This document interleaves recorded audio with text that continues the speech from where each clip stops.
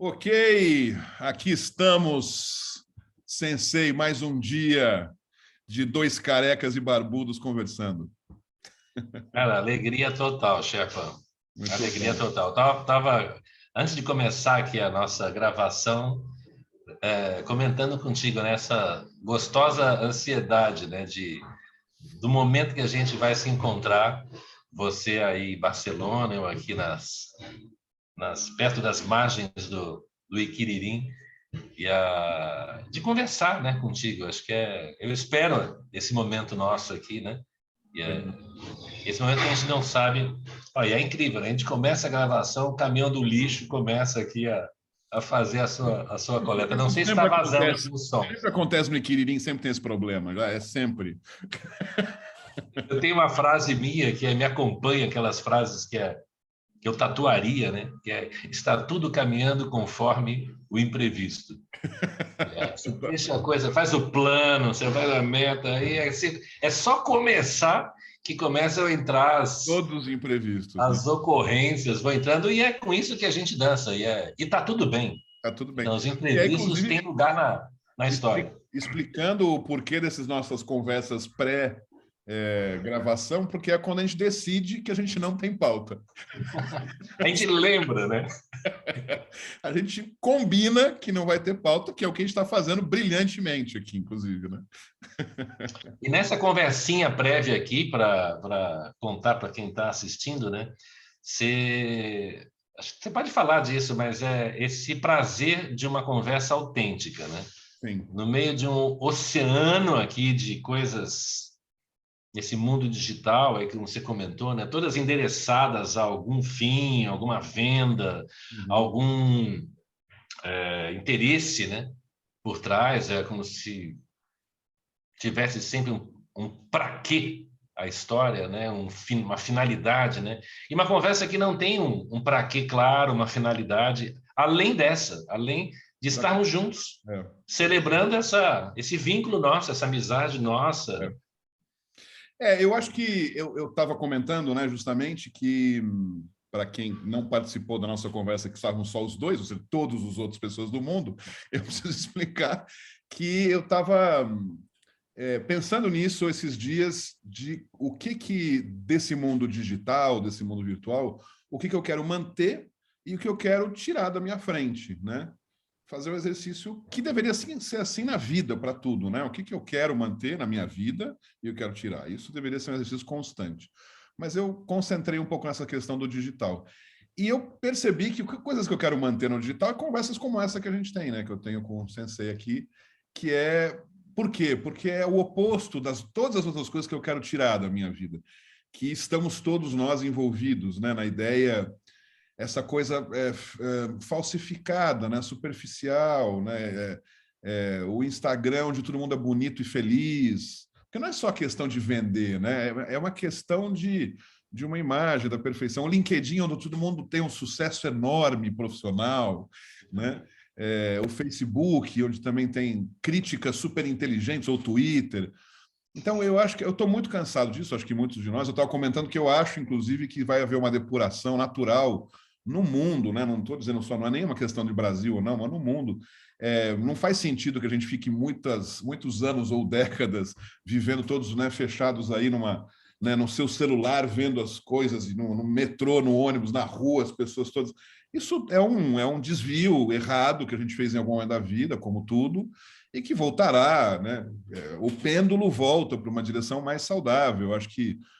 E eu estava justamente esses dias pensando nisso. O que é saudável desse processo? Eu também não sou daqueles, né, nihilistas ou, né, luditas, né, contrários a qualquer tecnologia. Não, que agora corto tudo, vou viver no mato, sem conexão à internet. Não, eu quero justamente ter opções de internet e acesso que permitam coisas como essa que a gente está fazendo. Então, estava comentando justamente com vocês sobre isso, de esse tipo de coisa eu quero manter e ter mais, né? Ou seja, que possam ser mais horas desse tipo de coisa do que as horas que a gente gasta desnecessariamente em outros assuntos superficiais, enfim, desnecessários, né? Que o digital traz. Então, é um prazer enorme isso, né? E talvez você que está me assistindo, está assistindo a gente, espero que você tenha a mesma opinião. Você continue assistindo a gente. Ache legal isso. Agora, também, se não achar, se achar que isso aqui a gente pode pecar, talvez, pelo excesso de naturalidade e informalismo, né? Mas não de superficialidade, né? Ou engodo, né? Ou enganar você para alguma coisa. Então, é um pouco essa ideia. Não, e essa relação com o celular, com o aparelho mesmo, né?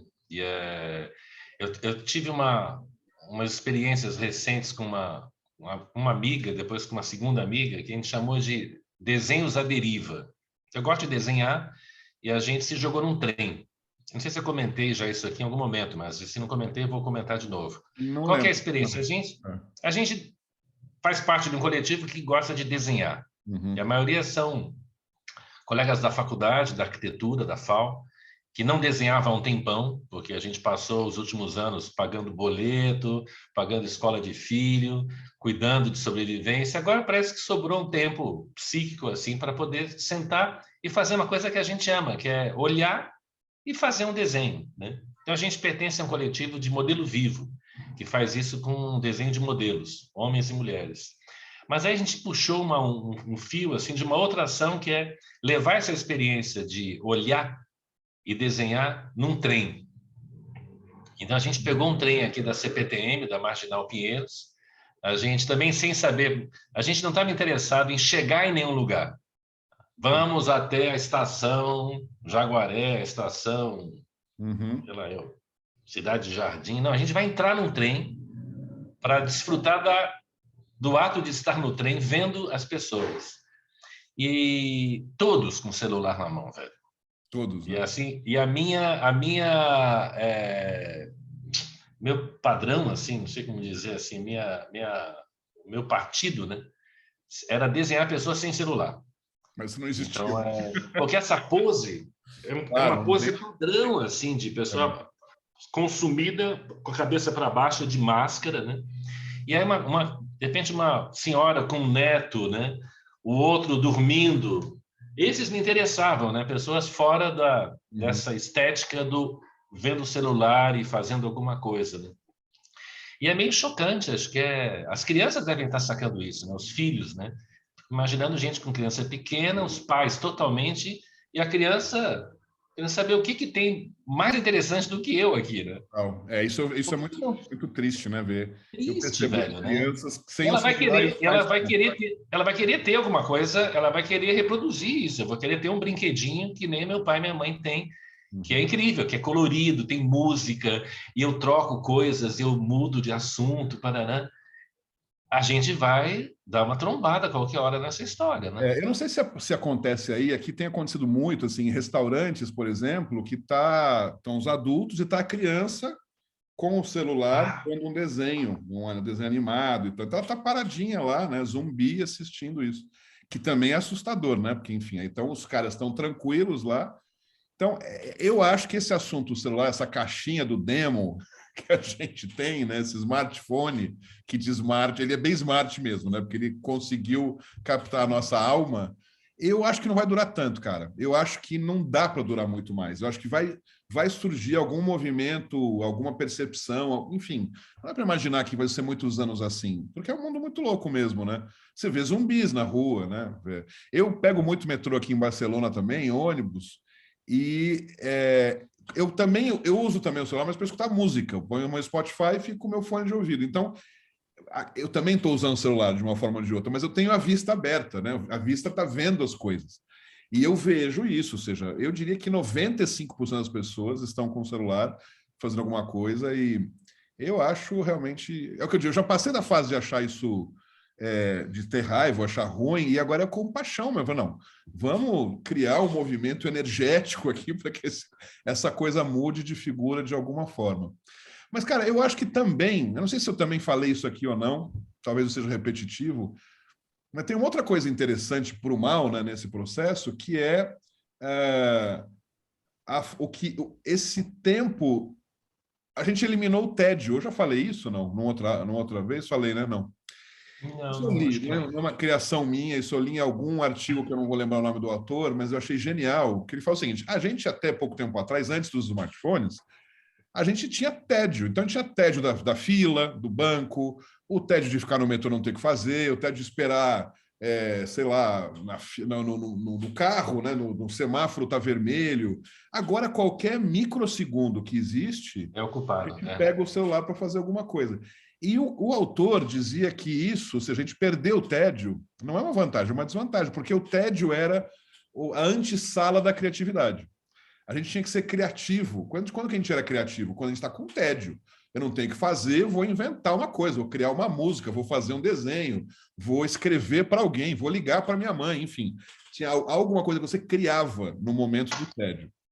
Então ele fala assim, que sociedade virá, e provavelmente será uma sociedade não criativa, uma sociedade virá a partir do momento que você eliminou o tédio da vida das pessoas, e agora então você fica nesse circular, nessa rotina, nessa recorrência, né? De você está fazendo alguma coisa, você não está fazendo nada, você está olhando o celular e fazendo alguma coisa dentro dele. Você está lá um zumbi olhando aquilo. Então, de novo, cara, eu não acho que isso não é que não seja saudável. Saudável não é. Eu não acho que isso é sustentável. Eu acho que isso não se. Eu acho que é tão ruim que esse câncer mata o próprio câncer, entendeu? Acho que vai ter uma hora que esse negócio vai. Assim, não chega, né? Não dá para imaginar que esse processo vai continuar. Enfim, eu fico um pouco. Essa é a visão mais catastrófica da minha vida. Por outro lado, eu acabei de voltar de Paris, estava 10 dias lá em Paris e fiz questão de não ficar olhando o celular muito, a não ser para ver rua para onde a gente tinha que ir. Mas é a beleza de ver também que se você tem a opção de encontrar algo melhor, né? Ou seja, passear, olhar o céu azul, ver as pessoas, o nosso organismo, a nossa capacidade percebe, né? A gente também só está focando muito no celular porque as nossas escolhas são ruins. Então, eu acho que é um pouco esse raciocínio, né? Eu acho que até perdoável que o cara acesse veja, sei lá, veja muito o celular no metrô, por exemplo, porque é um saco o metrô, né? É um túnel escuro. Agora, pegar o celular num trem que tem vista ou num ônibus que tem vista, já não faz muito sentido, né? Então, eu acho que tem que dar uma chacoalhada para dizer assim, cara, tem coisas melhores para se fazer, né? E são mais sustentáveis, vale mais a pena. Agora, é um circuito aí, é um caminho largo, né? Longo, como. Nossa, acho que é um assunto super atual, vivo, né? Intrigante, né? Angustiante, né? Para onde a gente está indo, né? De estar perdendo a nossa capacidade de ver, de ouvir, de estar conectado com essa vida que às vezes ela não você está falando pensando que ela é desinteressante, né? Tipo, o celular é uma coisa mais interessante do que a vida. Como assim, Porque né? a sensação de não estar perdendo nada, se eu sair de casa, isso é até para quem está ouvindo, né? Quantas vezes você sai de casa sem o celular, sabe? E o que te faz levar o celular para ir até a padaria, para ir até o posto de gasolina, para ir até a casa de um amigo, né? Você vai que não, alguém pode me ligar, alguém pode dar um like naquela coisa que eu postei, alguém deve tem uma notícia que deve estar chegando que eu não posso perder, né? Não vai, é uma sensação de. Eu ouvi uma vez, isso tem muitos anos, que é uma pesquisa com os pensadores, cientistas, né? 100 caras. Qual que é o maior desafio da humanidade para os próximos 100 anos?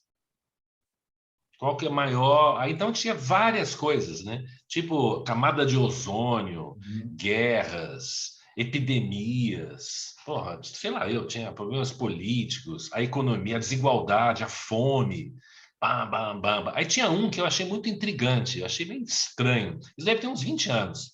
O cara falou a hiperconectividade.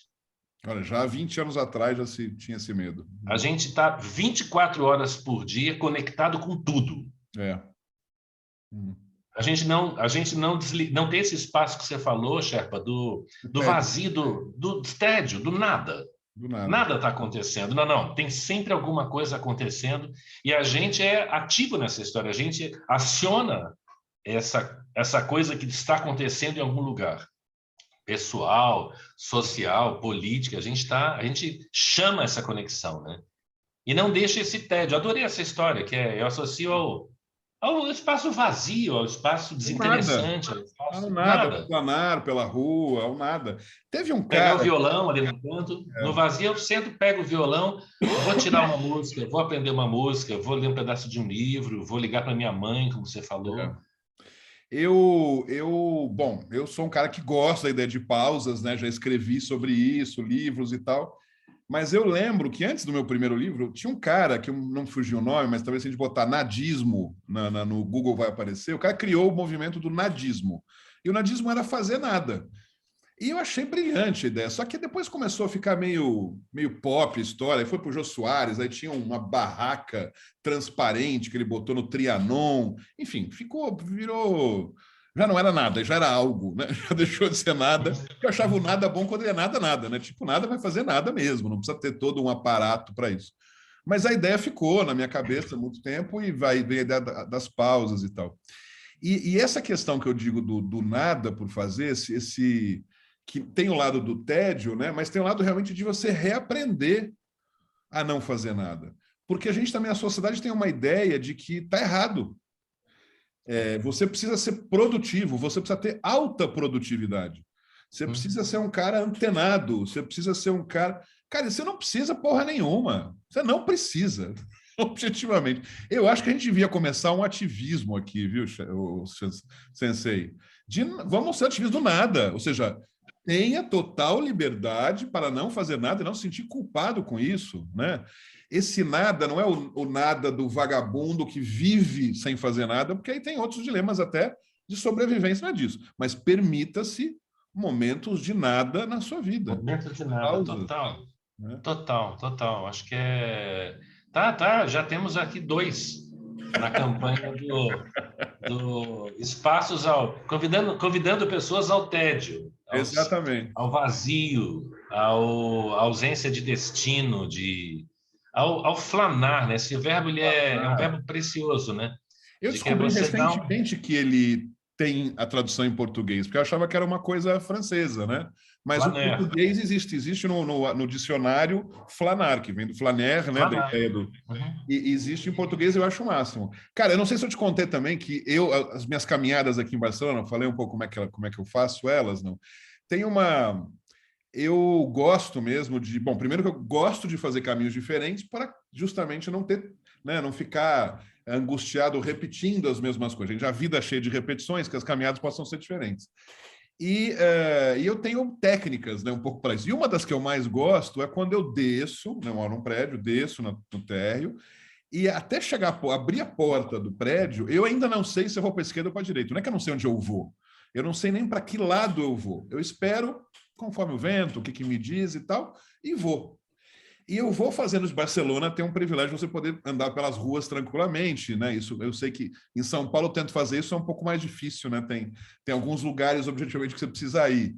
Mas esse exercício do flanar e nessa liberdade, e de que você, sei lá, tem vezes que eu vou para a praia. Aí no caminho eu passo por uma estação de metrô, eu falo, vou pegar esse metrô. Aí no metrô eu vou pegar sem saber se eu vou para um lado do metrô ou para o outro lado do metrô. Aí eu escolho um lado do metrô. Aí eu pego esse lado e falo assim, qual estação eu vou descer? Ah, essa faz tempo que eu não vou, essa eu nunca desci. Cara, é assim um exercício que não tem nada a ver com exercício físico, é o exercício de liberdade, né? de flanar, que te permite, cara, não dá para explicar. Para mim, eu acho mais forte que a própria meditação, que eu também faço, todo dia gosto de fazer. Mas o caminhar, para mim, é uma das coisas mais sagradas e mais... Caminhar desse jeito, né? Todo dia, caminho. Às vezes eu vou com clareza, às vezes eu tenho, não, eu quero ir para a praia mesmo, eu quero ver o mar, quero ver o horizonte, enfim. Mas boa parte das vezes eu não tenho essa clareza de o que eu vou fazer e tudo bem, faço uma hora de caminhada. E, cara, se vão perguntar qual que é a utilidade disso, nenhuma. Zero utilidade. Não tem a menor... Ah, mas isso vai te fazer bem? Não vai fazer bem para porra nenhuma. Posso até alegar que isso é um exercício, mas eu não quero que isso seja um exercício físico, não precisa ser. Que bom que também é. Mas não precisa ter uma utilidade, não precisa ter alguma coisa significativa, algum significado objetivo. Não. O que sim eu percebo, isso é que não é nem que as ideias ficam mais claras, porque eu não sei, não é que existem ideias. O que eu sei é que na volta, geralmente as ideias são mais certeiras. Sei lá, tô com um pensamento de se eu tenho que fazer como eu vou escrever um relatório para um cliente, por exemplo. Eu não fico pensando no caminho como é que eu vou escrever esse relatório. Não mesmo. Às vezes aparece, vou colocar tal coisa, mas não fico, não é esse o objetivo, nem tem nenhuma pauta esse caminhar. Mas o que acontece de fato é que eu chego, sento, eu vou escrever o relatório em alguma sequência e ele sai, ele flui. Eu brinco que é como se o caminhar fosse um caminhão de melancias que vão se ajustando e beleza, esse é o objetivo, ajustar as melancias dentro do caminhão. Pronto, não tem mais nada além disso e não tem nada a ser resolvido a partir disso. Não. Mas isso é um exercício de liberdade, de não pauta, de não... Né? É um nada. Nossa, você está falando. Primeiro, eu estou assim, querendo sair daqui, fechar isso aqui e flanar. E dar um rolezinho, né? Que bairro? Onde é Uma... que é o bairro que você está? Butantã, Eu não? estou no Butantã. Butantã. No Butantã. Numa ponta aqui perto da cidade universitária, um lugar gostoso de morar. Acho que eu estou em São Paulo ainda porque eu moro num lugar agradável, assim, é uma rua sem saída, Legal. de frente aqui para uma mata do Instituto Butantã. E você falando, cara, é um exercício útil, assim, de desintoxicação, de limpeza, né? Total. E de esvaziar por um instante, né? Então, acho que é o convite que você me faz, me encoraja, que acho que a gente encoraja quem estiver aqui a sair, de preferência, sem celular, só para relembrar a tecnologia do olhar, do ouvir, né? Do cheirar, do experimentar outras encontros, né? Colisões inesperadas, né? De repente você encontra alguém. Uma coisa que é muito legal, que me ajuda a flanar, é passear com um cachorro. Uhum. Primeiro que o cachorro, ele humaniza esses pets, né? Eles humanizam porque se eu estou sozinho andando, muito pouco provavelmente alguém vai sentir essa segurança de estabelecer um contato, né? É um estranho. Mas se eu estou com um cachorro e se eu encontro alguma outra pessoa com cachorro, a gente tem quase que uma senha É um álibi, né? É um álibi de inofensividade. Ele está É. levando o cachorro para fazer cocô e xixi. É. E o outro lá também. E aí os cachorros se encontram e eles aproximam os humanos. Sim. Então, eu tenho conhecido muita gente, socializado muito e descobrindo histórias incríveis, né?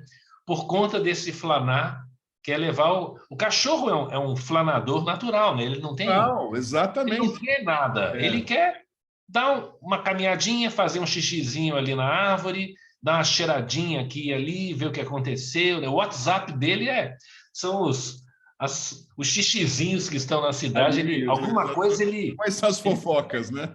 Ele percebe alguma coisinha ali, né? Total. E é um educador esses cachorros, né?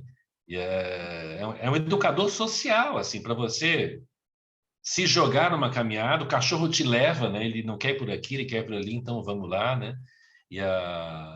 Mas acho que é um super convite essa 15 minutos, 20 minutos, 30 minutos, né? De vazio, né?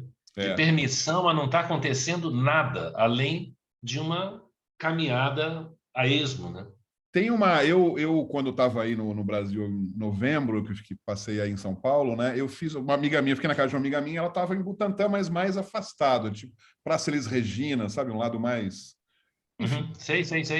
É uma... Pertinho daqui.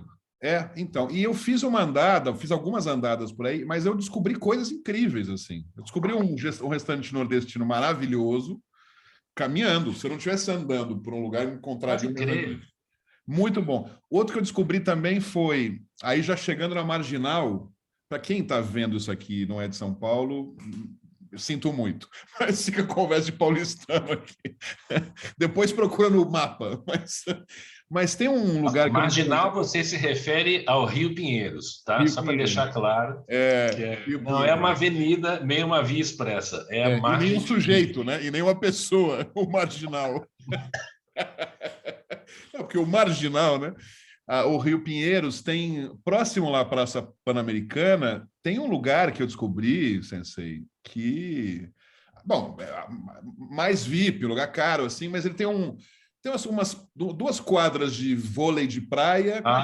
Botânica, café. Botânica, espetacular. Eu cheguei lá caminhando, cara. Cheguei lá, fui por aqui, fui por ali. Alguém tinha me comentado isso lá, falei, eu acho que é por aqui. Cheguei lá caminhando, subi lá, tomei um Negroni às 3 da tarde. Um belo lugar. Lindo lugar. Meio gourmet, enfim, mas é uma ilha Um oásis. Espinha, um oásis no meio de uma via expressa ali, que é a marginal Sim, do Rio Pinheiros, né? sim. E eu gosto de lá, eu gosto bastante de lá. Já tenho ido, algumas reuniões eu costumo fazer lá, que é Olha, e achar esses lugares, né? essa vez que eu fui foi a primeira. Em um mês que eu fiquei em São Paulo, voltei mais duas.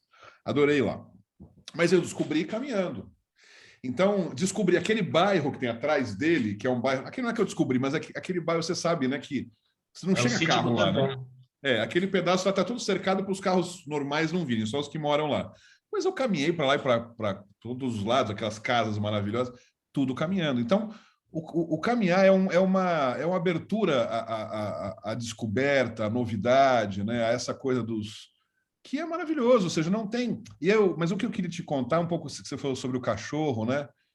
Cara, eu tenho cada vez mais me inspirado no que é a natureza, no que os animais fazem, no que as árvores fazem, no que o mar faz, no que a natureza, no sentido mais amplo. Porque eles estão há tantos bilhões de anos fazendo isso e dá certo.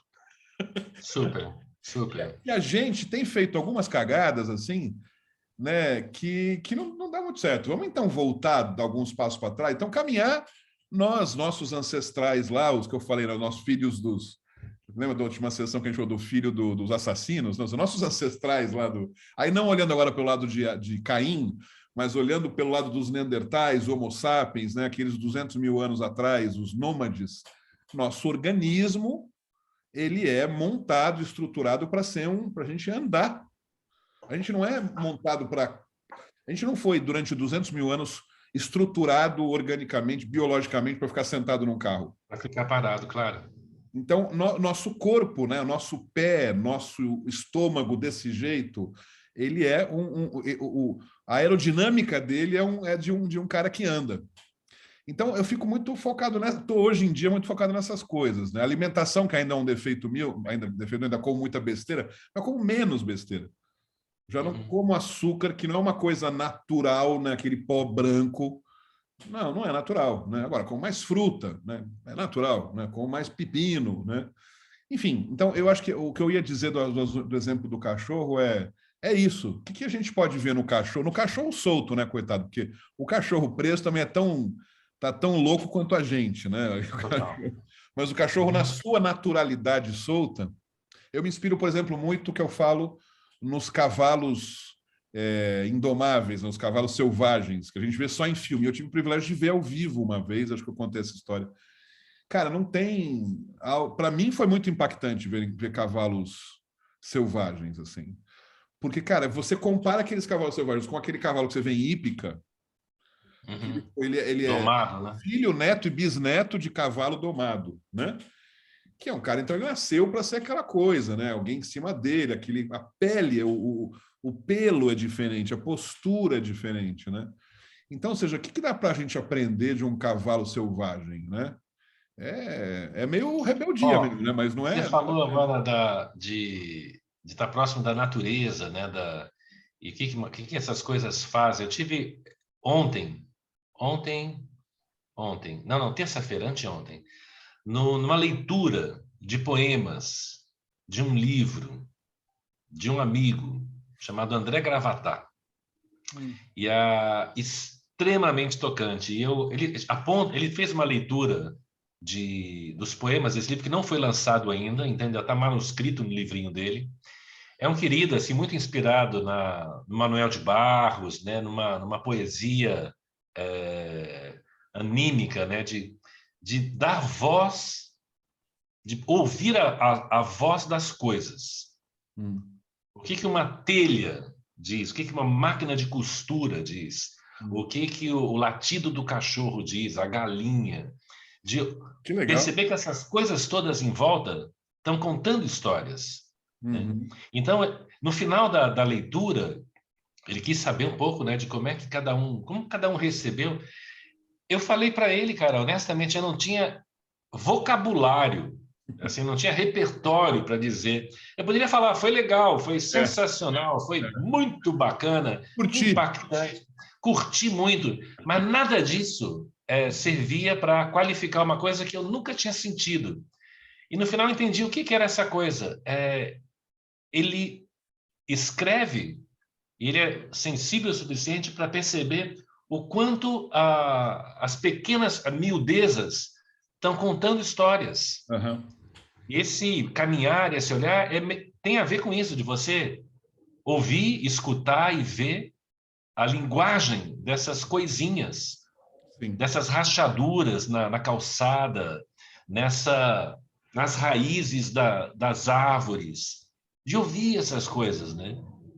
É A gente maravilhoso, né? está atrofiando. Olha que viagem, né? De repente, quem está ouvindo vai falar, pô, mas andar em São Paulo é perigoso. A gente comprou essa ideia de uma maneira tão profunda, né, de que é um risco caminhar. Uhum. Aí você vai para a Espanha, você vai para o Japão, você vai para lugares mais saudáveis, assim, urbanisticamente, e você sente um prazer que você não sabe nem dar o nome, que é de poder Poder andar, caminhar. É. sem o medo do que vai me acontecer, será que aquela pessoa vai me abordar, enfim. O prejuízo social disso, Total. sabe, emocional, sociológico, da gente deixar de Deixar se de fazer. expor Eu ao caminhei muito aí caminhar. em São Paulo. A minha queixa não é pela insegurança, zero sensação de insegurança, mas é pelo descuido das calçadas e tal. Você não tem um espaço Não são ruas digno, né? caminháveis, né? Tem lugares, ou seja, eu lembro uma vez que eu estava descendo pela Brigadeiro em direção a Ibirapuera. Teve um lugar que eu falei assim, cara, não pode ser que não exista uma calçada para transeuntes aqui. Era perto do MAN, sabe onde era o Detran? Acho que é MAN agora. Não, não é MAN, é MAC. MAC. Então, vindo da 23, vamos dizer assim, não exatamente, mas da direção 23 em direção ao MAC, cara, não tinha calçada. Não tinha jeito. Ou seja, Estreitinha, eu assim, estava né? ilhado de um lugar que eu falei, bom, eu tenho que andar pela rua, tomando cuidado para que o carro não venha. Então, cara, como é que uma estrutura, né? Engenheiros que fizeram esse negócio não calculam que passam pessoas por aqui, né? Ou talvez não passam mesmo. Também que é um outro dilema. Mas eu não tinha essa questão de segurança, não. Você está atento, né? Você não fica com o celular. Mas eu ficava de fone de ouvido. Eu ficava com fone de ouvido. Então, meu celular estava no bolso e tal. Agora, cara, eu sou grande e tal. Acho que eu entendo até que para pessoas, mulheres, pode ser um pouco mais assustador. Mas, cara, não sei se é mais perigoso do que você estar com o carro. Onde, de fato, o ladrão tem algo para roubar, que é o teu próprio carro. Então, eu acho que é o que você está dizendo. A gente vai se diminuindo no nosso espaço social, né? Então, não pode fazer isso porque é perigoso, não vou até aquele bairro porque dá medo, não ando por aqui porque... E a gente vai ficando Vai pequeno. atrofiando, verdade, verdade. Acho que eu trabalho, eu vivo por essa resistência, sabe? De não me deixar consumir, como você falou agora do celular, não comprar barato isso, não, é o take for granted, né? De achar que não, é assim mesmo, a gente tem que estar no celular. Não, a rua é perigosa. É, Não, tem que cercar, tem que evitar, porque não, resistir a isso aí, né? total, Resistir, porque estão tirando a minha vida dessa história. total. Se eu não caminhar, se não largar o celular, se eu não ficar em silêncio um pouco, eu estou perdendo vida. É. Eu estou perdendo alguma coisa aí que não estão me contando, né? Isso me remete muito ao teu trabalho com rios e ruas, né, Sensei? Porque você Oh, tem, que eu acho que seria legal que você falasse um pouco, porque é uma coisa de você desvelar, né? Ou seja, descobrir uma coisa que está coberta, né? Os rios estão literalmente, cobertos. literalmente. E eu acho que é legal você Ó, comentasse, porque a natureza ó, está coberta em São Paulo, né? cara, isso aí acho que merece um papo assim. Eu teria o maior prazer, acho que foi uma paixão nascida num café inofensivo lá na ECOA. Foi lá Não que sei se nasceu o ECOA? Nasceu no ECOA, o Rios e Ruas? Não, nasceu num bate-papo improvável, com um encontro com hoje o meu sócio, meu parceiro, alguém que conhecia os dois, a mim e ao Luiz, falou: vocês não se conhecem, os dois estão ligados à cidade, à educação, à transformação. Acho que ele pagou um café para a gente lá, não sei quem pagou esse café, mas a gente sentou e conversou. E eu ouvi o Luiz, e eu escutei o que ele falava nessa coisa dos rios, enfim. E a gente começou nesse cafezinho um movimento que a gente pode ter tempo aqui de conversar. E a primeira coisa ele é um estudioso, ele é um professor de geografia, com uma história, porra, de 25 anos ligadas à temática dos rios urbanos, mas dentro daquele formato acadêmico, né?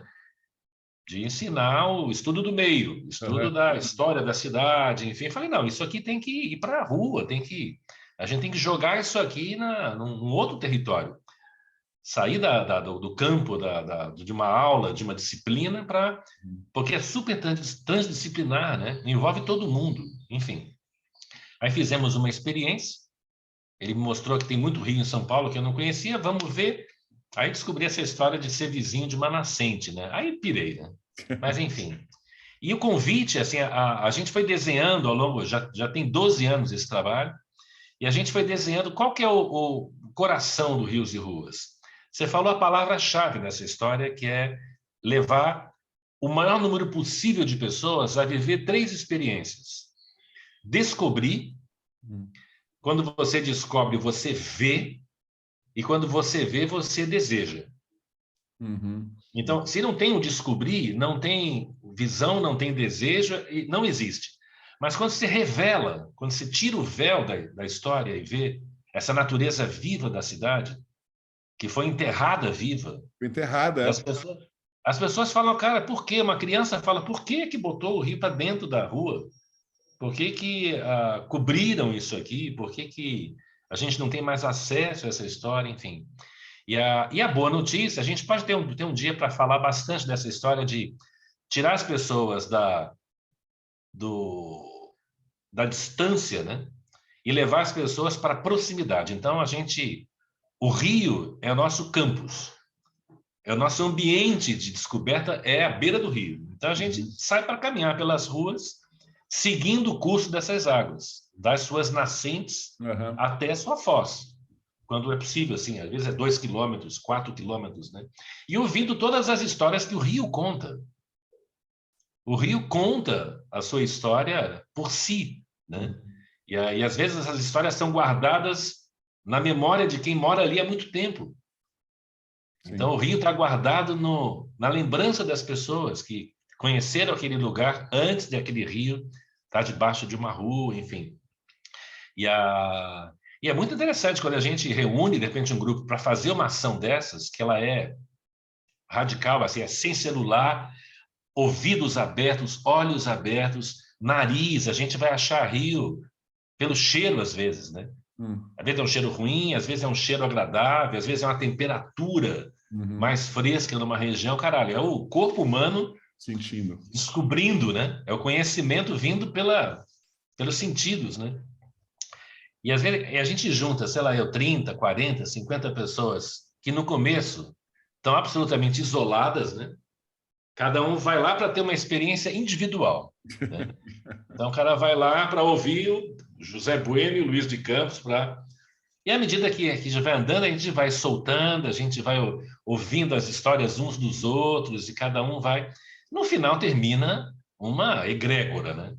As pessoas saem daquele posicionamento privado, né? E percebem a graça que tem e está em coletividade, ouvindo a história de um que é engenheiro, outro que é educador, outro que é uma criança, um que é um velhinho, né? Então a gente procura mexer nessa musculatura, né? Dos sentidos, do contato, né? Do tirar talvez, acho que o melhor trabalho que qualquer pessoa pode fazer, eu me incluo nisso aí, Sherpa, que é desafiar a cultura do medo, né? Eu acho que esse é um assunto, assim, sabe, a gente está comprando muito fácil essa história do temer a vida, temer o encontro, temer o risco, temer o tédio, né? Então a gente vai se protegendo, motivado por uma coisa muito louca que é medo, né? Medo do Acho que estranho, medo do novo, medo do... O contrário do medo é amor. Amor. E o contrário do amor é medo. A gente imagina o contrário do amor é a raiva. Não, não. O contrário do amor é o medo, né? O medo de amar e tal. Então, eu acho que um lugar, né, uma cidade, uma região, uma população que está focada pelo medo é ruim, né? É um lugar sem amor, né? E maravilhoso. Quando termina um grupo, o vínculo entre as pessoas que participaram dessa história é um vínculo afetivo, amoroso, onde não tem mais esse medo, né? Não tem... Então, eu acho que essa coisa do Rio é muito louca, porque, enfim, já conheço o trabalho de vocês e sou um fã há muito tempo, mas e acho que muito provavelmente em função disso eu sempre fiquei mais atento a essas coisas. Primeiro que aqui na Europa existe um movimento de colocar os rios que tinham sido canalizados para fora, né? Então, alguns desses rios têm sido renaturalizados, vamos assim dizer. É para lá que a gente vai. Esse é o futuro nosso, é esse. Estamos algumas casinhas atrás, mas essa é a visão do Rios e Ruas. Né? Que faz muito sentido, né? Mas é curioso, cara. A gente foi para... Onde foi? No final do ano passado a gente foi para Bordeaux com um casal amigo. E aí que tem um rio maravilhoso, né? Ou seja, bom, Sena, em Paris também é um rio, mas não tinha noção como ele era grande, né? Amplo. Mas em Bordeaux também tem um rio, não lembro qual é o nome, mas é um rio também muito bonito, que curiosidade. Ele falou assim, aí esse amigo nosso falou, mas essas cidades que têm rios assim sempre são mais bonitas. Eu falei, todas as cidades têm rios.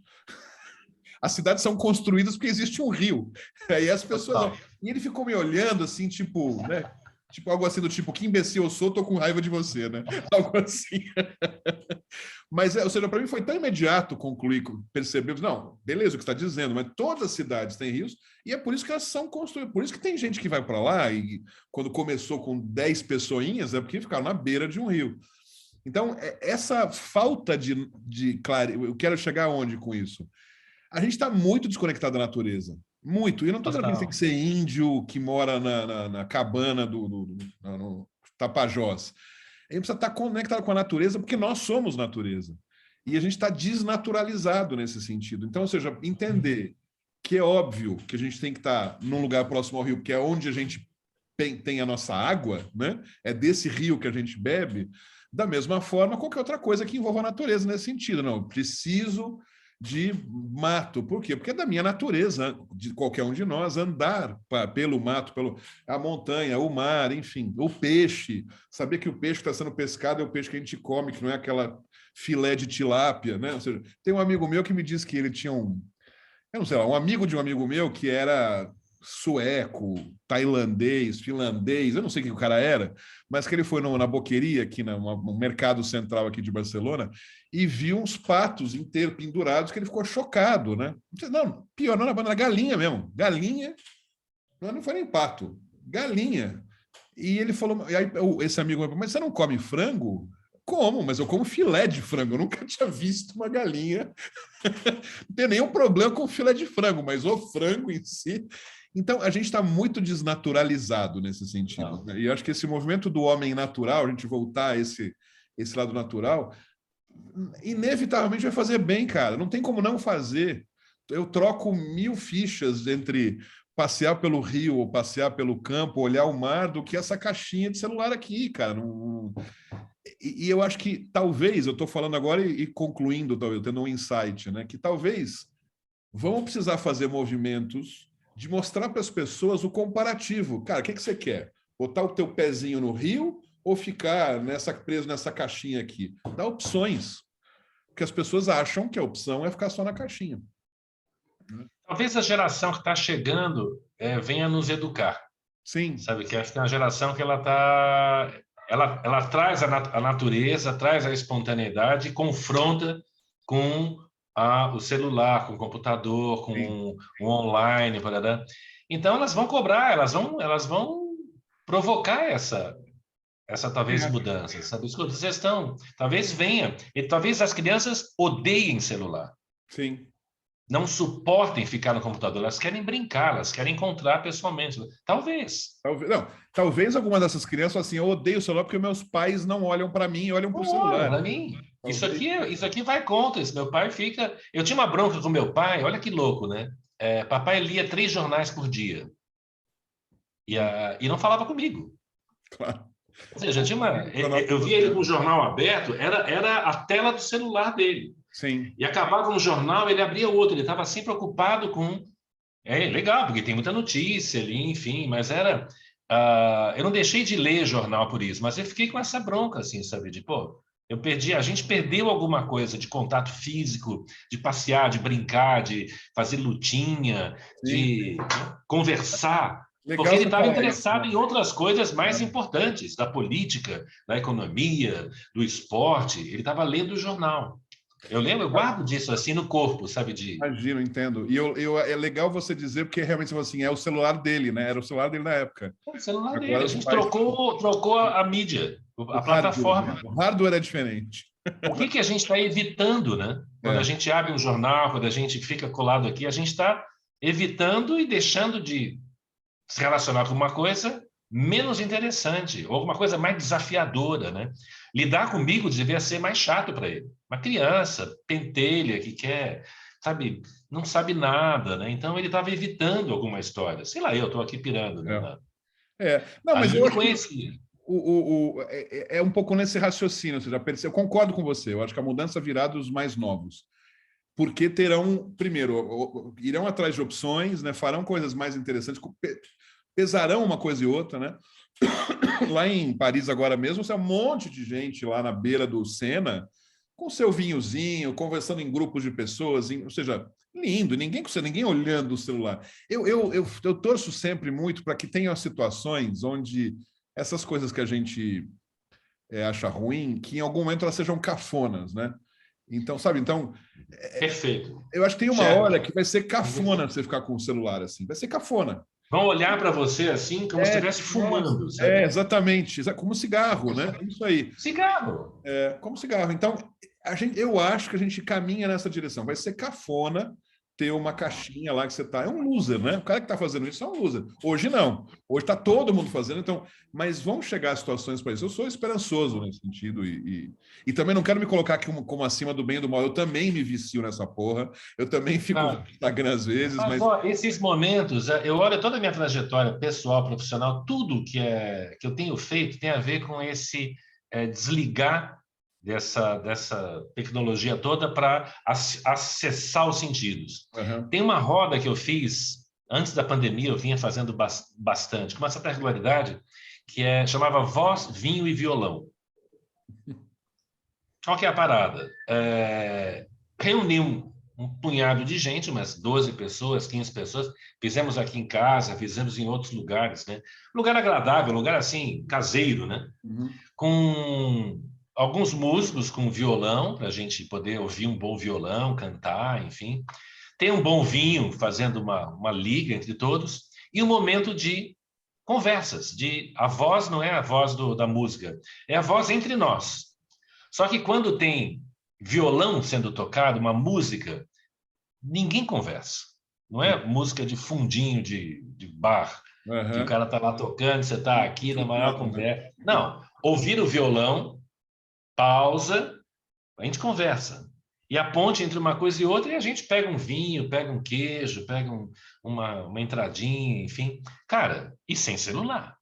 Claro, E as pessoas não sabem nem dizer por que era tão agradável isso. Talvez tenha a ver com esse momento de sentidos, né?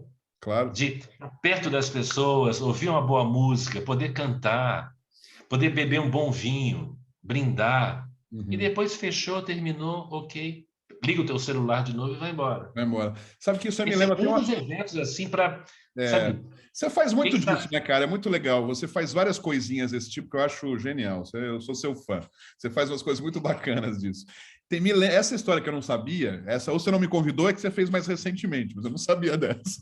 Vou voltar a fazer em breve. Acabou a pandemia aqui, eu já Onde quero eu tô aí, acionar. aí eu vou em numa dessas. Mas é legal que você falou em 12, porque eu tenho um amigo meu aqui em Barcelona, que chama Francisco Miralles, ele é o autor daquele livro sobre o Ikigai, autor Tá? mundialmente conhecido, escreveu no mundo, publicado no mundo inteiro, mas é um cara meio como você, assim, que inventa umas histórias. Tem uma coisa que ele chama, La Guevera. O que é Guevera? Guevera é a caixa de ovos de 12 ovos. Aqui não sei porque tem um nome, a caixinha de 12 chama Guevera, que é de Ah. huevos, não? Huevos, 12 ovos. O Então, Evera, o Evera. Guevera, de huevos, Guevera. São Não, 12 não ovos. importa ovos. Não é uma, o Não Evera importa é ovos, ovo. mas é o de 12, porque aqui também vende o de 6, mas esse é o de 12. Por que isso? Porque ele morava numa casa, agora a casa que ele mora tem mais espaço, mas na que ele morava antes, que foi onde eu conheci, era um apartamentinho pequeno, que cabiam 12 apertado lá, porque ainda tinha um piano, 3 pessoas ficavam numa mesa mais acima e tal. E ele fazia, então, as noites de la Guevera, que era chamar uma amiga, então, sei lá, uma amiga que toca guitarra bem, outro que ia declamar poesia. Você pagava uma graninha que era para, na verdade, para a pessoa que estava, porque ele que bancava a bebida, ele bancava o vinho, alguma coisa assim, mas o dinheirinho era para a pessoa que ia lá tocar, que também não era, imagina, vezes 12, não era nenhuma grande fortuna. Mas me lembrou um pouco isso, porque tinha essa sutileza do pequeno. Era Esse aí, 12. 12. Não tinha 13, não cabia 13 lá, não dava. Tanto é que você tinha que marcar com antecedência que você ia, porque ele fechava lá 12 lugares. Não cabia 13, nem que ele quisesse, não ia caber, e não cabia mesmo, né? Porque está bem apertadinho lá. Mas era uma noite super agradável, né? E essa coisa bacana. Me lembrou um pouco esse negócio que você fez, né? Cara, eu acho que se a gente for, talvez, forçar um pouco a barra da ideia sociologicamente falando, isso também é um exercício do voltar ao natural. Porque Tá? Essa fica imaginando, escala, né? Uhum. cara, aqueles nômades de 20 mil anos atrás, aqueles grupos tinham 20, 30, 40 pessoas que andavam pelo mundo aí. E eram esses grupos. Então, eu acho que esse é um exercício que a gente não tem clareza em dizer, não somos especialistas, mas para mim, eu considero É uma escala humana, escala total. humana. Exatamente. É Essa escala palavra humana. O dojo de Aikido, as classes, elas vão ter 12 pessoas, 15, é o número de pessoas que você consegue lidar, conviver.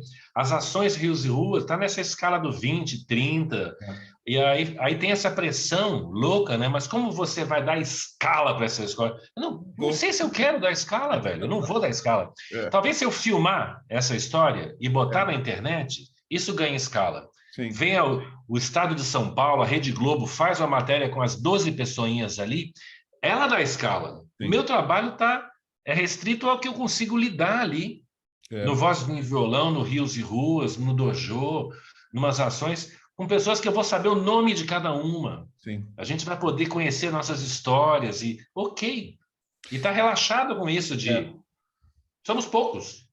E eu acho que tem esse movimento também que eu digo não sei se é porque eu sou otimista na parada, mas esse movimento de uma volta a isso. E é o que você falou. Isso pode até ter escala e pode até ser massificado, mas o que pode ser massificado é centenas de encontros desses de 12 pessoas que outros estão fazendo, né? Não, imagina aqui agora, cada um que está ouvindo. Nossa, eu vou Fazendo. juntar 6 pessoas para fazer bordado, É, para ouvir Milton Nascimento, para o que for, para caminhar na praça, para tomar um vinho. Cada pessoinha juntar um grupinho e voltar para essa escalinha, é, que é prazerosa, é naturalmente prazerosa. Você está total. entre poucos É. e queridos, né? E tem isso, né? E as pessoas, mais uma vez, pelo sistema, pelas questões, acham que isso é inviável, ou não dá, ou não pode, né? Então, mais uma vez, a importância do nosso ativismo nisso. Porque esse ativismo de dizer, cara, vale a pena, sabe? Vale a pena voltar ao tamanho natural das coisas, à escala humana, vale a pena, é mais prazeroso isso. Eu vejo, eu lembro, você falou escala humana, me lembrou uma coisa que é. Você lembra do Occupy Wall Street? Deve fazer o quê? Uns 10 anos isso, talvez? Lembro, pode crer, mais talvez, hein, velho? O tempo está voando. É, pode ser, enfim, por aí, né? O Occupy Wall Street, para mim, eu acompanhei como novela, assim, né? Porque eu assistia, né, os acontecimentos naqueles dias. E, cara, era muito legal, porque se a gente fosse pensar, e eu coincidi anos depois, eu fui em Nova York e fui ver aquela praça, ela era muito pequenininha, cara. Era uma pracinha, não era grande praça, mas tinha toda aquela escala de mídia e as pessoas falando e o que participava, o que se engajava sobre isso. Então, já tinha uma ideia que era a escala se dava pelo midiático da coisa, não pelo tamanho do lugar.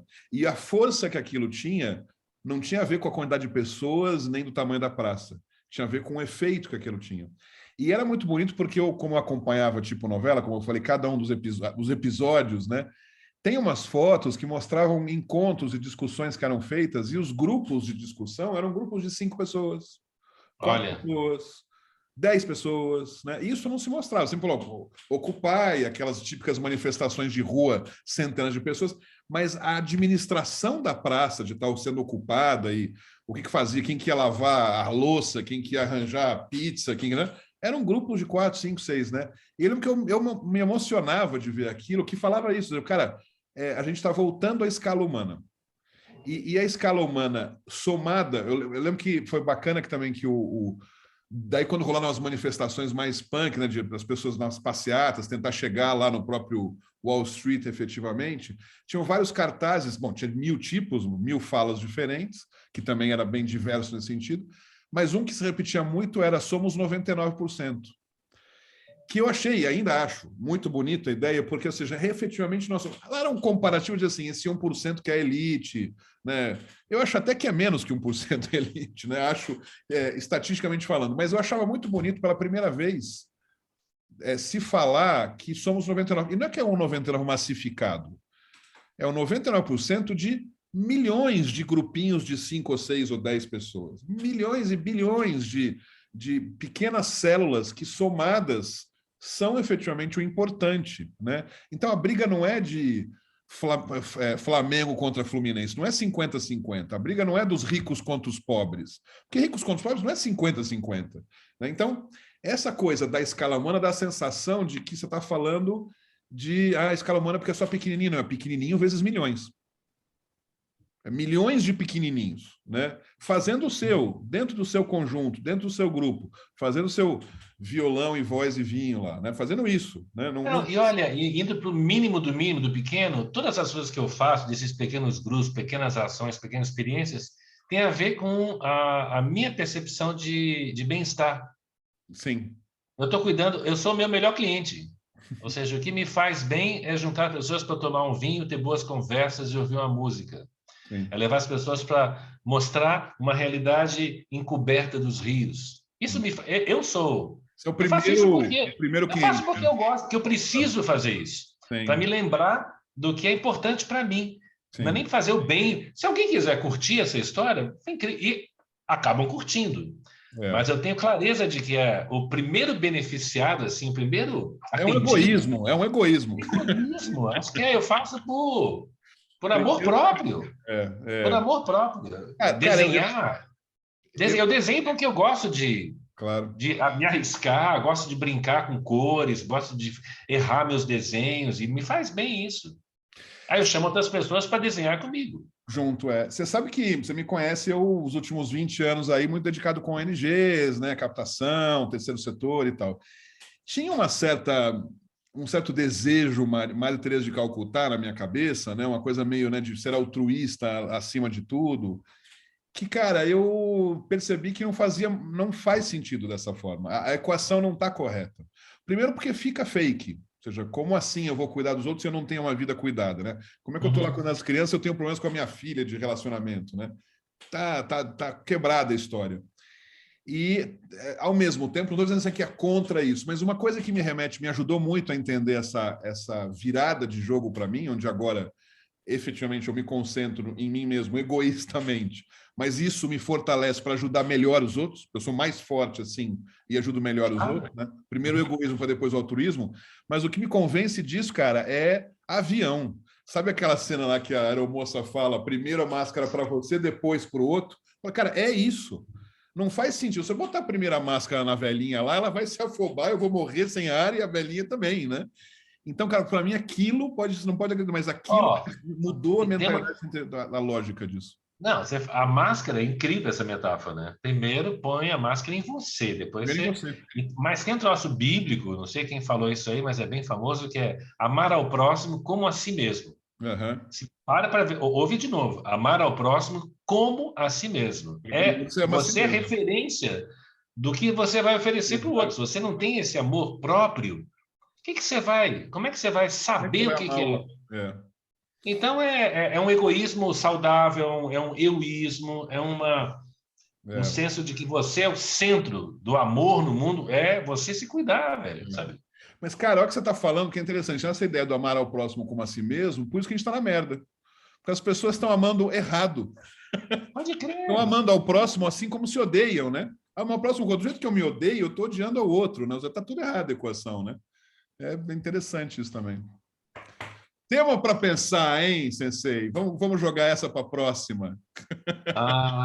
Mas a gente volta a falar de natureza, né? Dessa conexão, desse amor.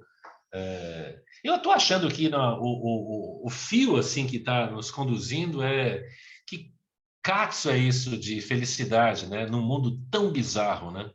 como sustentar assim uma saúde assim afetiva, amorosa, a felicidade num mundo bizarro, né? No mundo que é com muitas pontas, né?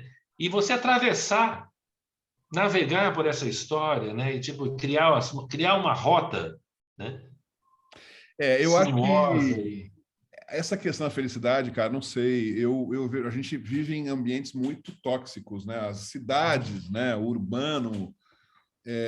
Não estou dizendo também que ir para o mato vai resolver sua vida, mas para mim me basta esses momentos de encontro com a natureza. Isso me alimenta, objetivamente me total. alimenta. Então, já a minha felicidade hoje já está totalmente dosada pela quantidade de tempo que eu tenho em relação ao mais natural possível. Que não precisa ser ir para o mato, como eu disse. Pode ser olhar o mar quando eu vou para Barcelona, pode ser passar por uma praça aqui. Pode ter ido agora, que fui 10 dias para Paris, passear por Paris. Que coisa melhor, não dá para ser infeliz passando por Paris, não dá, né? E Paris é uma metrópole, mas Paris tem aquele rio maravilhoso que o tempo todo te cerca, né? Você está lá em volta dele, Lucena. As praças que estão constantemente, para todo controle tem as pracinhas. As pessoas sentadas na grama, cara. É maravilhoso isso. Muito legal, ou seja, lotado de gente deitada na cama. Como acabou a pandemia e aqui chegou primavera, a galera tá se esbaldando lá. Mas é lindo ver esse contato do cidadão com a grama, que nem é natureza pura, né? É uma natureza A transplantada. Né? grama ela socializa tanto quanto um cachorro. Exatamente. A grama é um cachorro É o cachorro, verde, é o né? cachorro verde. A grama é o Ela cachorro não, verde. você senta ao lado de outra pessoa na grama que você É, nunca viu mais é, gorda na vida e a grama conecta, né? Acho que a natureza tem essa propriedade de juntar os estranhos, né? é. Adoro. É Eu, muito, é eu muito. começo, faço alguns trabalhos nesse grupo que eu peço para formar as duplinhas, né? E aí as pessoas estão em grupo, então eu falei, então agora encontre uma pessoa na sala bem diferente de você. Aí o pessoal fica assim, né? Aí fala, qualquer uma, caralho. Exatamente. Não precisa ficar procurando, né? Ela é bem diferente de você, com certeza. Ah, legal. Aí depois termina o jogo, vamos para outra rodada agora. Agora escolhe alguém bem parecido com você. Fica todo mundo olhando, quem é careca Qualquer aqui. uma. Qualquer um, pô. Qualquer um, é bem parecido. Então, Boa. somos absolutamente estranhos uns aos outros e absolutamente semelhantes uns aos outros. Total. Junto, ao mesmo tempo. E a É. grama liga. Passear com o cachorro liga. Dar uma caminhada, fazer um rolezinho. Você vai viver essa intimidade, né? Com estranhos e com o diferente, né? Ah, A vida é bela, mas cara. A vida é bela.